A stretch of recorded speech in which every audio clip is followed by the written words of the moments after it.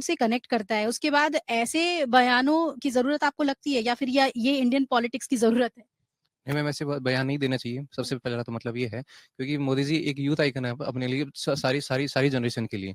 और सबसे मेरे को सबसे महत्वपूर्ण चीज़ लगती है जो 2014 में मोदी जी आए थे, तो जियोपॉलिटिक्स के जिस हिसाब से फेज़ चेंज हुआ है, एस जयशंकर ने जैसा चेंज किया है, वो मेरे लिए सबसे महत्वपूर्ण चीज़ है। 2014 से पहले इंडिया को ऐसा सुपर पावर नहीं देखा जाता था, बट जियोपॉलिटिकल में ये बहुत चेंजेज़ आए हैं।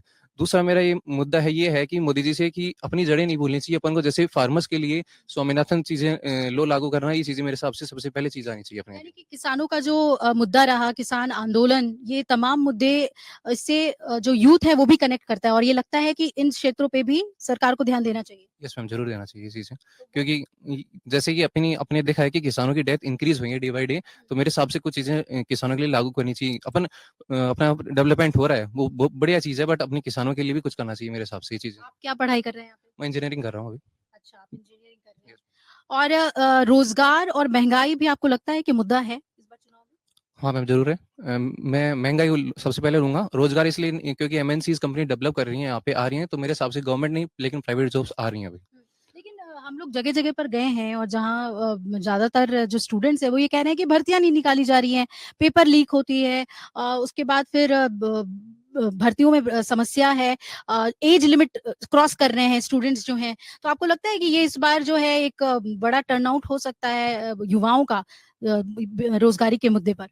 मैम हो सकता है। सबसे पहली चीज़ तो मेरे हिसाब से ये है कि अगर सिलेक्शन स्किल्स वगैरह बेस अपन को, मोदी जी भी अपन गेमिंग वगैरह चीज़ कर रहे हैं, तो स्किल डेवलपमेंट की बात कर रहे हैं वो।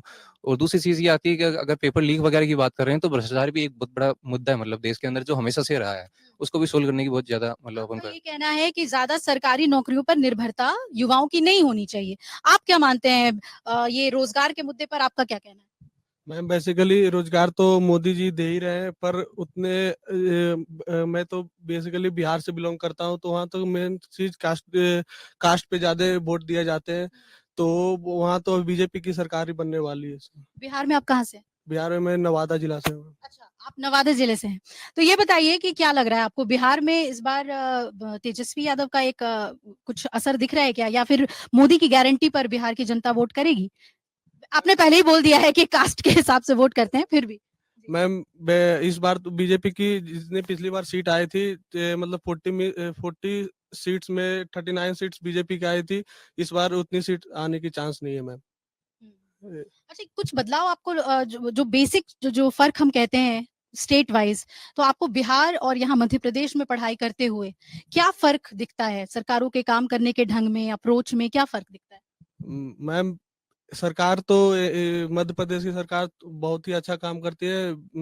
बिहार की गवर्नमेंट से कम, मतलब कम ही काम करती है, मतलब ज्यादा ही काम करती है यहाँ लेकिन सरकार। अभी तो नीतीश जी और मोदी जी साथ में हैं, तो? तो नीतीश कुमार तो हमेशा बदलते रहते हैं, उनका क्या कहना है।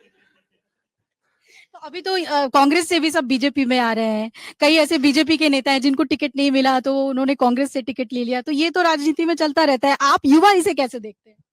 मैम हम लोग तो बेसिकली वो बता ही तो रहे हैं, जाति बात पर ही वोट होती है बिहार में, जो जिसकी कास्ट रहेगी उसी को वोट दिया जाता है।